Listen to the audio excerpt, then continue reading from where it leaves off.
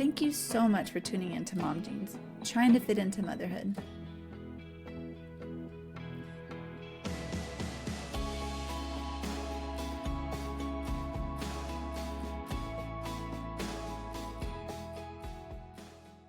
Welcome back to Mom Jeans, the podcast. I am one of your hosts, Lisa, and I'm a girl mom to two girls. And I'm Danielle. I'm a boy mom, stay-at-home mom, and a military spouse. Woo, nailed it. Yeah, I know. Did well. Yay. So this week we found, actually my brother sent it to me, oddly enough. He doesn't have kids, but he sent me something he found about a study that a school in Essex, UK, did of taking phones away from kids for 21 days. And I think these kids were around 12 years old. Danielle's going to pipe in a little video so you can hear and see what we saw. And then we will give you some stats and then discuss it. Perfect. So here goes my technology expertise.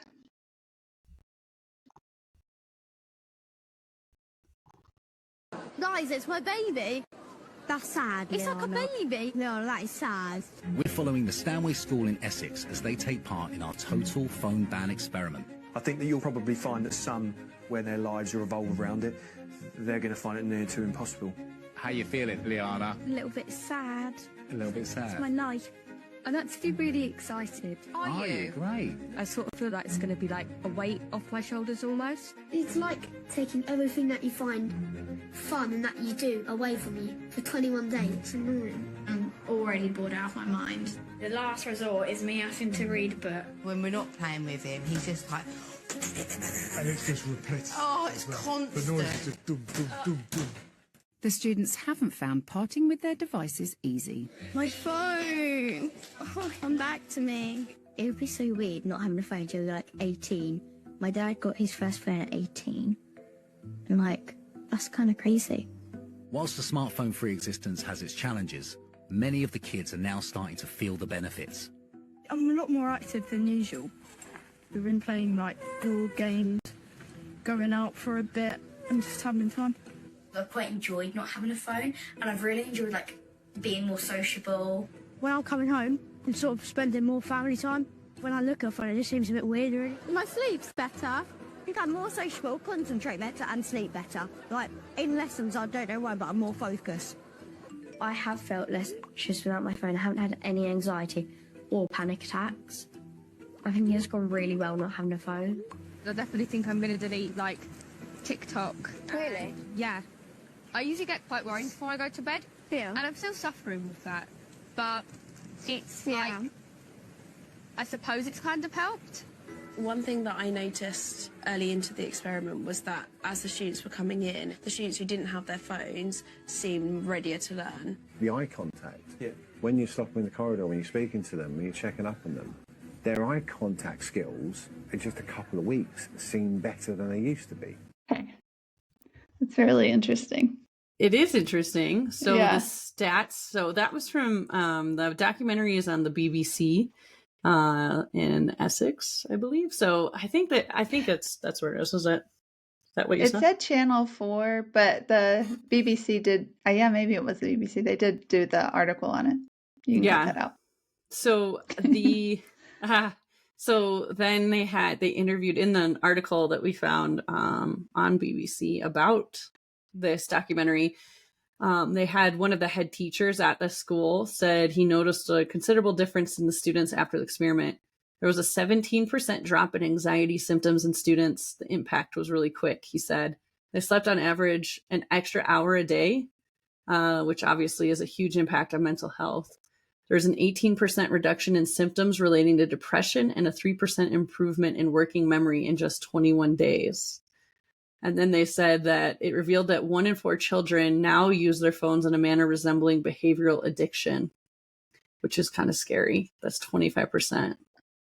Wow. So, yeah. Yeah. But 100% believe that, like, for sure. I thought it was interesting that, like, I was bored. But, like, we're supposed to, like, find that boredom. So then that's when we get creative and like find things to do, or like little, like kids can use their imagination, or just like be, find an outlet other than like staring at your phone. So it's just like, I really hope these kids definitely learn something and continue to limit their screen time. But it's a scary world, like technology. It's great, but it's also like scary. It's amazing because I keep being like, okay, at the new year, one of my resolutions is going to be on my phone less. And I know I can, I like say I know I can do it, but I don't know if I can do it. Like, it's so hard because I'm like, oh man, Brandon asked me, he's like, your phone's getting a little rough. Like, it's slow and it's not doing as well as it used to. Like, do you want to get a new phone for Christmas? And I'm like, no, because the idea that I would like it is for it to frustrate me so badly because it's so slow and so bad that I stop using it, right? Like, I stop wanting it. And he, like, I think I said in a previous episode, we go through these periods where I'll give him a hard time for being on his phone so much in front of the girls. And then he'll be so good and he won't bring his phone out anywhere. And I have my phone out all the time then. And then he'll say something to me and then we'll flip. And I'll be the one who's never on my phone and he's always on his phone. It's like, man, it's so hard. It is so hard. And I do think a bit of it ties into our episode last week where we talked about kids don't have their independence anymore and aren't able to have the freedom to go just play, ride your bike down the street or what have you, because people were so afraid of kids getting kidnapped and kids whatever happening. But it's like, yeah, I mean, kids don't problem solve, right? Like they used to, because they don't need to. They have their phones and they just constantly talk to their friends on their phones, I'm guessing, and watch TikTok and do all the social media stuff. But it's like, a part of me is like, man, I want to wait as long as I can. But at the same time, I know I'm going to want my kids to have phones so that I can get a hold of them when they're out doing things and I can track where they're at. It's like, yep. And that's exactly the point of kids not having their freedom. Yeah. Yeah. It's wild. 'Cause like, I feel like we grew up before, I mean, I wouldn't say before technology, but before we had like cell phones and like really good computers, and not saying that stuff wasn't around, they just weren't as accessible.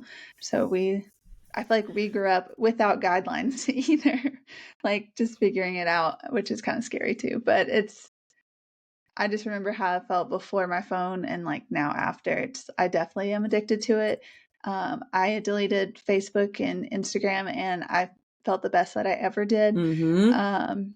Because like literally I'll pick up my phone and go straight to Facebook and I don't even mean to. Like I'm going to like Google something or look something up or like pull up a podcast and listen to it. And then I automatically hit Facebook. It's so bad. And the only reason that I re-downloaded it so we could post things on to our Mom Jeans account. And so I find myself like falling back into that.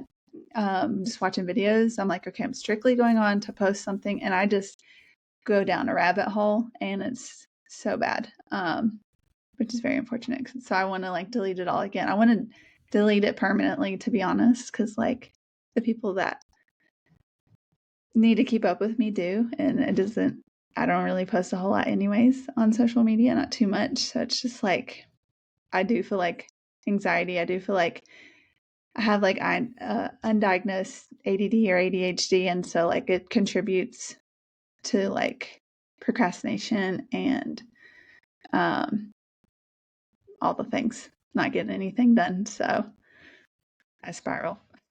No, it's really bad. It's interesting. It's a great point, because I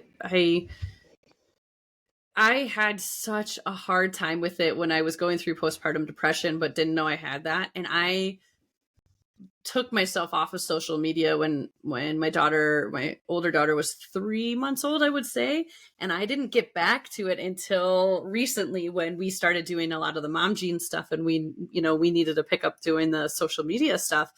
And I actually will tell you, like, I don't feel like I did back then. Like back then when I would go on it, I'd be like, oh, where's that person traveling to? Because everything I was following was travel stuff, because I was a big traveler before I had kids, and I still travel now, but it's different, right? Like these people that I was following live the lifestyle of full-time traveling, and I would have so much envy of them, and it really held me back. But I'll tell you, coming back to it, and now my algorithm is recipes, which I love because I try a ton of new recipes all the time because I've really enjoyed cooking. I would never really cook for myself before the girls. Like, I would have my staples that I would always make, and they were never like fancy or good, or they were just get me food because, whatever. And then when the girls came along, like, it's like I have this mindset that if I can't do it well for myself, at least I want to do it well for them, right? And I want to set them up for success. So it's hard because it's like I love the recipes, and I also love some of the parenting stuff that I've seen. Like, the social media started for Mom Jeans before I got into it, but the accounts that everybody who's done the social media for Mom Jeans have followed have been super helpful to me. And I I just have started commenting on people's things that I've seen on our Mom Jeans Instagram to try to get interaction and to see what people are saying. And it's actually it's been really informative, I think, and really helpful. I told Brandon I need to like watch one Instagram video a day of like parenting, because it does get to be a lot, and it's really overwhelming if you let yourself go down the rabbit hole of things. And I shared with you an Instagram the other day that was like, I choose my kids now, and I'm gonna basically abandon all my friends and not see them anymore because I'm choosing my children because they won't be in the stage forever. And I was like, okay, I don't agree with that, right? Like, oh yeah, that video I sent that, I was like, I get it. I choose my kids most of the time, but it's okay to take a break and go out with friends. Absolutely. Like, every it's so not often. like I'm going out every weekend, like maybe once a month, right? Twice a month. But yeah, I understand it, but I do feel like I have a better handle on things after taking almost 2 years or over 2 years off of social media. Like, I do feel like I look at it in a totally different light now. But that being said, like, I have my other vices. Like, I love to sports gamble. And I told Brandon, if it weren't for sports gambling, I could totally abandon my phone. But I love gambling on sports. And to be fair, like, anybody out there that's like, what?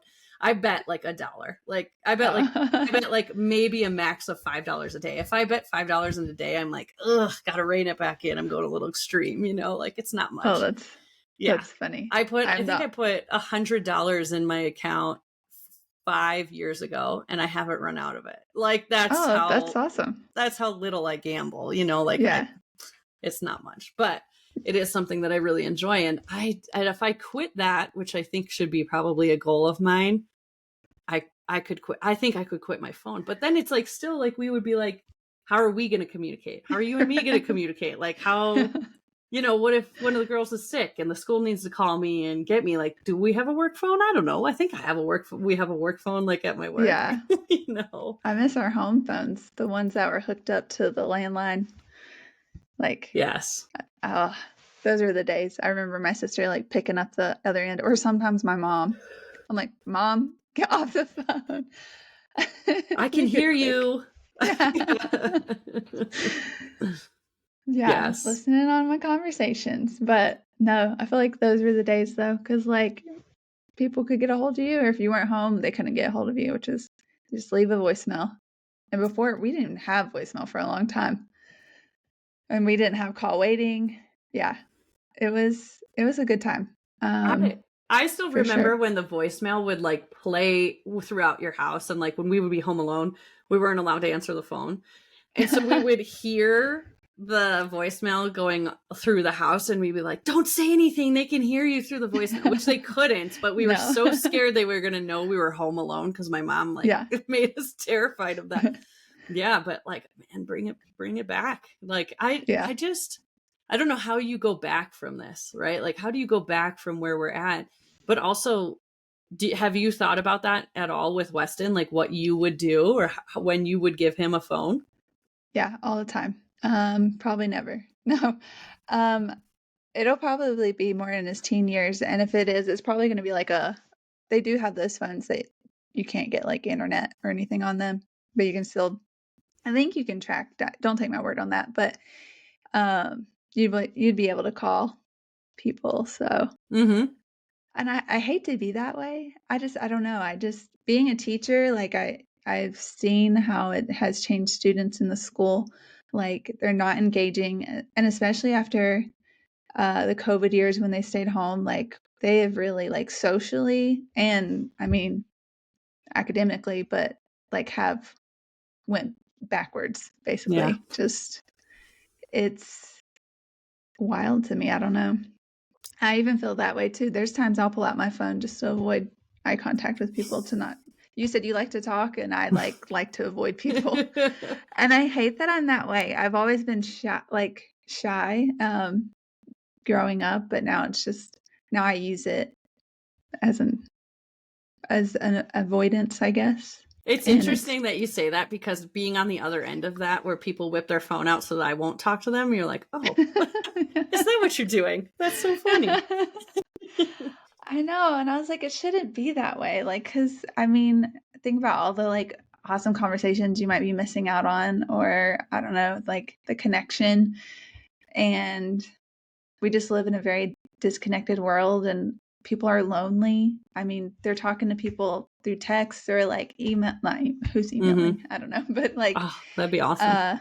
Yeah, it's just, but you're not having that like face-to-face interaction. And yeah. So I don't know. Technology, yeah.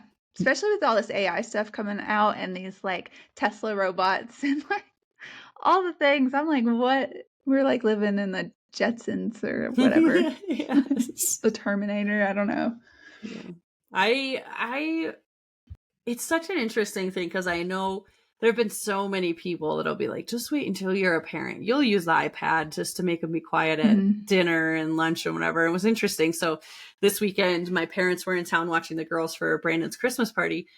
And they came Friday and they stayed overnight until Saturday morning. And Hannah woke up super early and I was like, all right, I'm going to take her to Denny's because I need to take her out so that everybody doesn't get woken up in the house. And I took her to breakfast and we don't go out to dinner. Like Hannah has only a handful of times probably gone out to dinner. And it's just because we don't really go out to dinner as it is. And we never really did. But I was like, every time I do take her out, I'm like, I know this is going to be an adventure because I never bring anything to entertain her. And I'm okay with that. But I also then have to be okay with the fact that she's going to want to get up and go explore and go do things. And it was really interesting because she got up and she was like walking around and it was like, I want to say it was like 6:30, 7 in the morning. So there weren't many people in there. So it was fine. I was like, yeah, go ahead, go explore, do whatever you want. And she was, loving it. And then people would come up and talk to her. And she's very social. She's a very social kid. So she would talk to them and be like, what's your name? And it was she loves to ask people what their name is. And then she forgets it like 3 seconds later. Yeah, I have to help her. Yeah, well, me too. Yeah. but it's like, I have seen a lot about like, let your kids be bored, let your kids do those things. But circling back to that, like we've just recently started letting her watch like 10 minutes of a movie every like third day or so. And we sit there with her and she'll just sit there and be like, what's that? What are they doing? What, she's asking a million questions through it. And we really enjoy being able to sit there and like her mind is just blown. Like, what is this? Right. What is that Grinch thing? Like, oh my gosh, it's really interesting. And, it's such a struggle because I know there are a lot of benefits to like Miss Rachel and a lot of other things. But like, I've been listening to Dr. Amen's book. Yeah. And he's like, wait as long as you can to expose them to screen time. And you're like, oh man, it's so hard. I know. I listened to that podcast where he was talking to the, oh my gosh, unplanned couple that do that podcast. So I finally finished that and I've listened to other interviews that he's done and like read his book, but yeah, he was talking about like at least like 3, but if you can hold off like longer because that overstimulation, like it's addictive and it's like not good for your brain. And, I can see that. And I feel like we didn't have a limit on TV in the 90s, but also like daytime television, there was nothing on TV anyways. So The Price is Right. Right. Days of Our Lives. No, but we we just went outside and played, and I don't know, it's a different world. And then you hear about these like kids who get their like PlayStation or their gaming console taken away, and they like freak out. There's been a couple of kids that have murdered their parents over it. Like, I'm not even making that up. Like, it's scary, and like how like violent some of these games are, and just how not in touch with reality that they are. And like, yeah, I let Weston watch Miss Rachel here and there, so I'm like not following. So don't think I'm perfect. Like what Dr. Amon says, I'm like, yeah, that sounds great. Like, love that. Like, but it's you can only do what you can do, right? And I don't know. For me, yeah, it's more in moderation. But yeah, we'll watch Miss Rachel sometime, but it's like few and far between. It's hard. Like he says, you know, you're doing it selfishly if you do it by giving yourself a break. It's like, isn't that okay though? Isn't it okay to get a break? Right. Like, yes. It's hard though. It's the same thing we talked about the super processed foods, whatever. It's like, yeah. Would you knowingly poison your kids if you realized that this was poison? Like some of the stuff in there is poison, right? It's like, right. Man, that's such a hard I know thing to look at it that way, right? Like I think social media is really hard. Like Brandon will tell you he thinks there's a total benefit to video games. He feels that when he was growing up that video games taught him a lot, like as far as strategy and the way like you have to think your way through certain things, and the experience if you do like a team soccer whatever game, and you have to like work as a team. It's not bad, he really believes in that and wanting to teach the girls that eventually, right? Like, yeah, I think it's I can remember like we didn't play a lot of video games because we had Sega, everybody else had Nintendo, so we were like not cool because nobody knew who Sonic the Hedgehog was. But we would play those games, and we would play them like there were a few days I can remember where my eyes were just tearing up because I would play them for so many hours in a row just trying to beat the game. And I was like, this is nutty. This is crazy that I would do it. And now I think that's more normal, right? Like more kids would spend that much time doing that. Right. Yeah. I used to play games all the time. My brother had the Sega, I had Nintendo. We had like PlayStation. Eventually I got Xbox in college. I played Call of Duty. I did all the stuff then one day I was like, you know what? I don't want to play video games anymore. I will say I played the Harry Potter one on Xbox One. That was fun. Or the Hogwarts. It wasn't Harry Potter. Hogwarts Legacy. That was fun. But yeah, I had an ex who was addicted to video games, and so like that really like turned me off to video games after that, which is probably unfortunate for Ryan because I'm like he knew like me coming out of that. It was so bad. That could be a story for another time. Like it's interesting. I should write a book about. Yeah, you should. It was weird. Yeah. But yeah, I don't know. I don't know how to break the addiction myself so that the girls don't see that. Like, I know they're still at the age where like I have the chance to change this before it gets too late.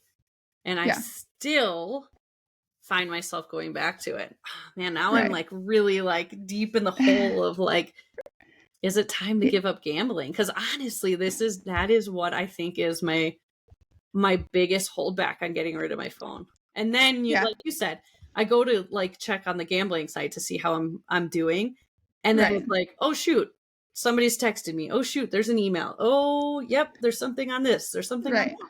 I mean, I will say one of the biggest steps for me was turning off notifications. So I turn off notifications for everything except for my texts and calls. So like none of my apps can really notify me, which is really nice because then I'm not like constantly going to check it out. Yeah. And then I also have moved Instagram and Facebook to not the home screen. They're over on the side screen. But in the past, when I've even wanted to get that to not even be there, I don't have their icons on any of the screens. So I have to go and search for them on the apps. Okay. Which is, like sometimes I'd be like, I can't, I don't even want to go look for it right now. I'm like, it's crazy to do that. But I will say like, we're getting to the period now where even the girls are getting old enough where I feel like I don't need to be looking at the monitor as much as I do their monitors. And I need to like move my phone away from the bed, because I will inevitably wake up between 1 and 3 in the morning, and then I'll just start scrolling or doing whatever I can be doing. I'm like, this is so dumb. I need to get rid of my phone being right here. There for a while, I had it in the bathroom with the alarm really loud. So I have to get up. I stopped doing that. But yeah, I don't keep it near my head because they say the EMF is bad on your phones. Yeah. So like I have it way out of reach. Nice. I used to sleep with it right next to me on the bed. I'm like, it's probably why my brain doesn't work. Like fully function.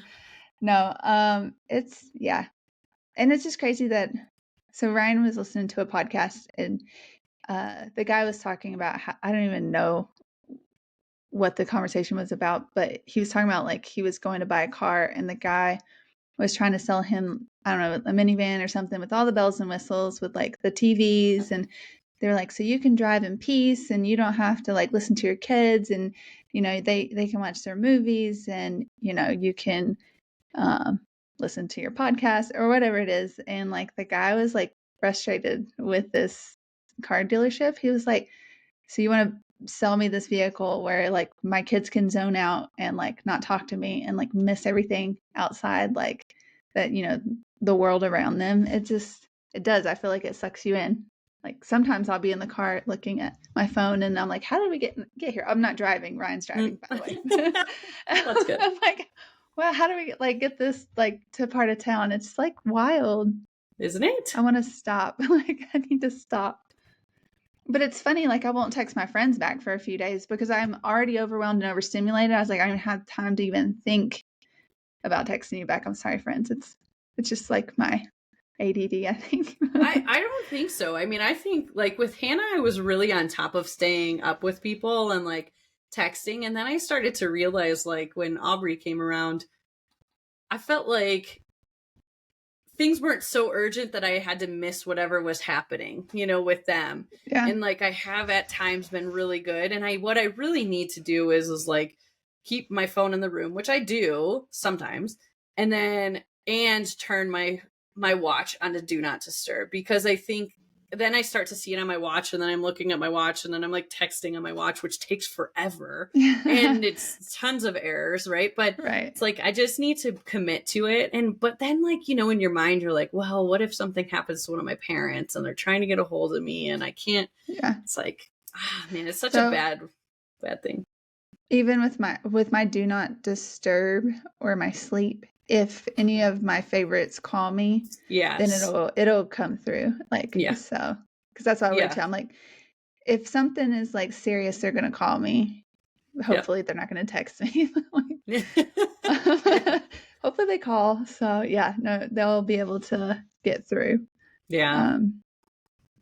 But yeah, that's a good point to remember that and to think about that. Like, man, I just want to be able to let go. I do so badly. Like you watch these documentaries and you're like, look at all the anxiety going down, which is a huge problem in kids today. And it's like, how do you stop that? And you want to help them not, man, if you could tell me that something could guarantee my kids wouldn't have anxiety or depression, and I'll do it. Tell me what it is.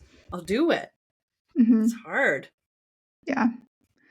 I know it's a different, I don't know, like cyberbullying and all the things like used to at school before phones, you know, if you're getting picked on at school, it's just at school. But like now it just follows you home. It follows you everywhere. It's a tough time to be a kid. And then like seeing all these things, like models and these Instagram influencers, and I don't know, it's kind of dangerous because again, like these kids don't, if they've not been taught like to find reliable resources, and they're like following their favorite Instagram celebrity and like, oh, you should take this to lose weight or do this to like lose belly fat. I don't know, just like, and they try these like extreme things. Like it's sad and scary. I do get why helicopter parents exist. Like I do understand why people want to have that full control. Like I think about like when I was in middle school, I think it was even middle school, as low as middle school, I would go into chat rooms on AOL or Instant Messenger. It was like, I was too scared to do that. oh man, I did not. Yeah. My parents didn't, I don't think my parents knew about them. So Yeah. I would just do them. Like my parents would be upstairs and I'd be downstairs on the computer all by myself, like for hours on hours Yeah. in middle school and high school. Like in chat rooms that I had no business being in and seeing and hearing things Yeah. I shouldn't have. I do remember my mom going through my stuff once and seeing something, and she sat me down and was like, "What are you doing?" And I'm like, I was mortified. I was mortified. And I was like, how could you look through my stuff? And now you look at it and you're like, oh, you should have shut me down and never let me go back on there after that. Yeah. Crazy. Same. My mom went through my text once. It's like, whoops. Nowadays, like, I don't know if you've heard of like Roblox. It's like a kids game. I don't even know what it is, but like these adults are in this chat room talk what's supposed to be like a kids platform. And like these people have like showed up at these kids' houses or try to like get them to meet them. So it's like predators like on these like roadblocks, as innocent as, I don't know how innocent, I've never seen it, but I've heard like really bad things about it. And then even like YouTube Kids, terrible. They like sneak in things. I think their latest one was I forget who it was, but like trying to convince kids to harm themselves. This is a newer one. And then there was one a couple years ago, this like scary thing on there, again, trying to get kids to like harm themselves. What the and heck? then Like, why? What benefit is that? There's just demonic people out there. Another thing I've seen on YouTube Kids, like what will look innocent, like it's Elsa and Spider-Man or something, but it ends up being like pornography, but like cartoon. So it's like, pay attention to what your kids are watching. Like, and for me, like if Weston's watching Miss Rachel, I'm not like far away. Not saying Miss Rachel's bad, but I'm there like interacting with him. Like if he's watching it, and if I'm doing something in the kitchen, I'll be like, if she says, what, put it in, I'm like, put it in. And like I'm talking, and he gets so excited that I'm watching it with him, or we'll just sit down together. So it's like we can talk about what's going on. And so to help him understand as much as he can understand as a 21-month-old, but I don't know. I think it's interesting too. I mean, I know you've talked that you'll likely homeschool, but like I think it's called unschooling. I'm not sure. I follow a girl on Instagram who does, I think she calls it unschooling, but she does web-based teaching. So like a lot of their stuff, and one of the babysitters that we have does that as well. And it's also like that, the article that we read from the BBC, they were talking about all of our homework is on our iPads. All of our schooling is on our iPads. And it's like, there is a benefit to schooling that doesn't do that. Like I'm pretty sure the school that the girls are in now don't do that, but I also don't know that we'll keep them there. But I just love that idea that like they wouldn't do that, you know? Like I learned so much better handwriting than I do texting, you know, or writing things in an email. Like I just have a better memory that way. And that I think that is proven that is a better way to learn and remember. For some reason, maybe it takes longer and that's why, but I don't know. I also like to kind of have kept my kids off of social media, meaning like I don't post pictures of them on social media. There's one picture out there of Hannah that was posted by somebody else, and I like still cringe to this day thinking about it being on there. And I know that's it's like silly, but I think there were not at all. There are a few components to it. Brandon is very big on nobody needs to know his personal life. Like nobody he works with needs to know what's going on in his life. Like he likes to keep that stuff really private. And I started to realize that in when I was a golf pro, all of the times I was a golf pro, every place I worked at, everybody was obsessed with my personal life. Like it was like we were like celebrities to them because we could golf well. And they would always be like, who are you dating? What are you doing? Like, what did you do this weekend? Where are you going to travel next? Da, da, da, da. And just like, why do you need to know all of this? And I think because I'm friends with a lot of them on Facebook, I was like, I don't want them to know what's going on in my kids' lives, but Yeah. the internet also scares me. People are scary. And I know you can have private stuff, but you know how that goes. Like it just, it irks me, but Right. that being It is said, a scary place. That being said, I have baby monitors on both of my kids that can be hacked into. So, Yeah. like I have a baby monitor, but it's like nothing can connect to it. That's nice. So that's smart. I don't know. Yeah. Because again, I'm like, I worry about that stuff, but I have posted like stuff of Weston, and part of me is like, I don't want to, because like AI too, like easily can take your kid's face. I don't know. And like, or some creep, takes the to photos. Be fair, they can do that on like the cameras that are all over the city of like face recognition stuff too. Like, we just live in that world now that unless you're going to completely scrub yourself and go live in the Amazon, like I don't really think you have a chance. We have chances of getting away with that, No, but it is easy to like download and screenshot like photos and stuff from like Instagram or Facebook. Like it's, I don't know, just creepy people out there. So, and then like other things, talking about AI and technology, like I've heard of like people getting scammed with like their loved ones' voices, asking them to send money, and like maybe they fall for it. But this one was like, after I came to my senses, I'm like, my daughter should be upstairs, and then went upstairs and she was there, but they had taken her voice and like somehow like made this conversation sound like her, like very panicky, need money. Yeah. It's just awful. Crazy. Like, yeah. I know. I hate it. It's like my coworker today kept being like, hello, who's there? Hello. And she was like, I was like, stop doing that. Like, I've heard about all those things where you're not supposed to do that. They're just trying to like record your voice, and not good. Right. Yeah. So and then we went ahead and decided to do a podcast and tell everybody everything about us, and there's no hiding anything. So not at all. Big hypocrites. Not at all. Yeah. Well, we just do it for fun. We know the risk, I guess. Yeah. Hopefully.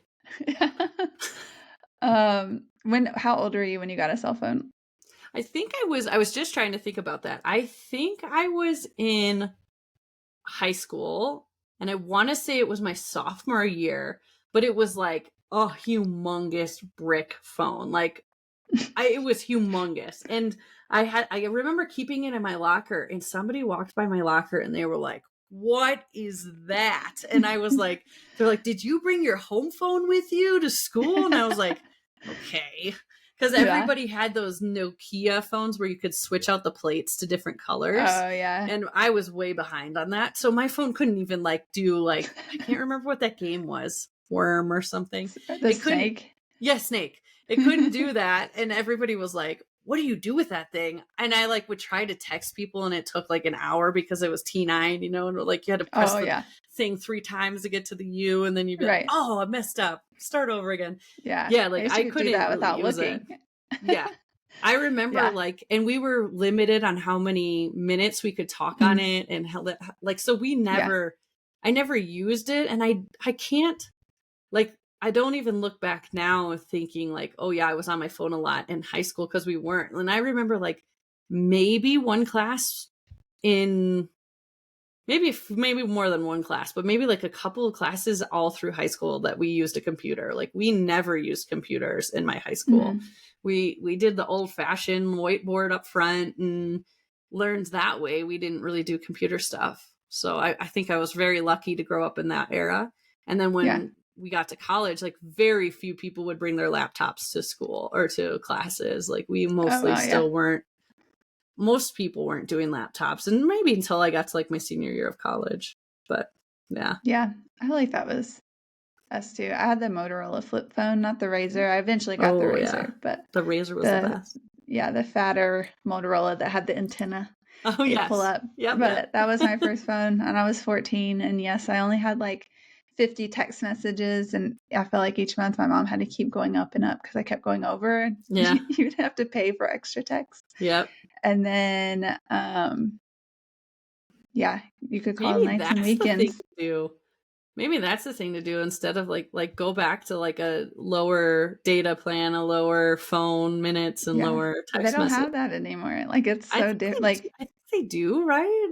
no, Oh no, because like I message. It's a Wi-Fi thing. Like you can, and then they have those free apps like WhatsApp or you know, that you can text on and stuff.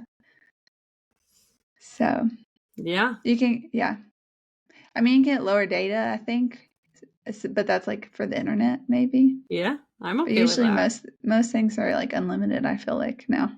Yeah, crazy. I don't know. I don't know how to solve the problem, and I don't know how long I'll be able to withstand. You know, it's interesting. Like I was talking to some moms who had their kids in Montessori all the way through 5th grade, and then decided to move their kids out of Montessori when they went to middle school. And I said, well, how's the transition been? Because we've heard, you know, socially it can be hard because it's a very different system to go to a normal traditional school when you've done Montessori. And they're like, the hardest thing has been for us as the parents because of transitioning to technology. Like our kids use iPads in school now, and they want cell phones because everybody else has cell phones, and they have more independence now, and we want to be able to reach them. And that's been a really hard transition because we worked really hard on not having any of that all those years, all the way until they're, you know, 10 or whatever that age is. Yeah, I don't know. The computers and the stuff in school, it's like as a teacher, it's easy to grade. Like when all my stuff is sent to a platform and I can grade it all right there and then send it back. Like that's really nice. But then again, it's like, okay, well, I've been in classes where I can see everyone's computer screen, like if they're like not the laptops, if they're like the hardwired ones. And so I can click out of, if someone's not doing what they're supposed to, I can exit out. Like that was nice. So I had control, but then like with the laptops, I don't have control. So you have to walk around and make sure they're doing what they're actually supposed to be doing. And then there's been a handful of times, middle school and high school, that there's people that are like, this person cannot have a computer whatsoever because they have an issue. They lost their privileges with their computer at home. And then now they can't have it in school because, I mean, if you get what I'm saying, like they're looking at stuff that they shouldn't be looking at, school and home. So I'm like, oh my gosh, like this is bad. But, so, it's crazy. Well, I think we covered it all and got nowhere of like what we're gonna do. No, I don't. Hard to say, you know. Yep. Well, good for these kids. Hopefully, hopefully they don't go right back to it once they get them back. Yeah. But you know how that goes. I know how that goes. I've done it successfully without social media for 2.5 years, and now welcome back. I'm here. Yeah, it's hard. Well, let us know what you think. Do you look at your phone a lot more than you would like? And then what do you do with your kids and technology? And if you have successfully gotten away from your phone, how did you do it? Was there something that tipped the scales for you and got you to do it? I would love to know that. Yeah. There's days I wish I could I want to delete, like not deactivate. I want to delete Instagram and Facebook and just be gone. Yeah. Oh, did you hear that? That was my bedtime. I'll watch Sonya's bedtime. How would I know it's bedtime without technology? Great point. I love it. Thank you. I watch. That was like you planned that. I know. Yeah, 8:14, and then at 8:45, my do not disturb, my sleep cuts on. That's awesome. That's a great idea. Yeah. I think I'm going to set my do not disturb from like 5 a.m. because that's when Hannah usually wakes up to like 7 p.m. That's when she's down. And then I can do a little bit. But they say for an hour to 2 hours before you go to bed, you shouldn't do any screen. I know. I always tell Ryan that while he's looking at his fantasy football lineup. And I was like, you should be looking at your screen. Like I'm over there reading my book. He gets so mad at me. He's like, I'll sleep just fine. Yeah. I was like, you're so tired in the morning. It's probably because you're looking at your phone. And then my phone will go off. No, not normally because it's asleep. But then I'll remember I need to like text you or somebody. But I really do try not to look at it. They also say don't look at it when you first wake up either. I need to move it away from my bed. Well, let's see if tonight I can do this. Get it out of here. Maybe I'll just leave it here when I go on my trip for Christmas.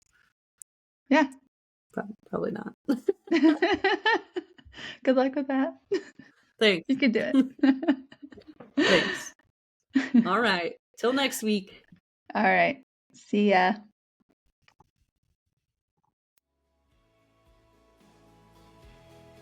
And that wraps up another episode of Mom Jeans, trying to fit into motherhood. Thank you again so much for listening to us. And if you enjoyed this podcast, please consider giving us 5 stars so other mothers out there like you can find us and listen. If you would like, you could follow us on any of our socials at Mom Jeans the podcast. If you have questions, would like to send us your birth story, or give us suggestions or things that you would like to hear, please email us at hello@momjeansthepodcast.com. See you next week.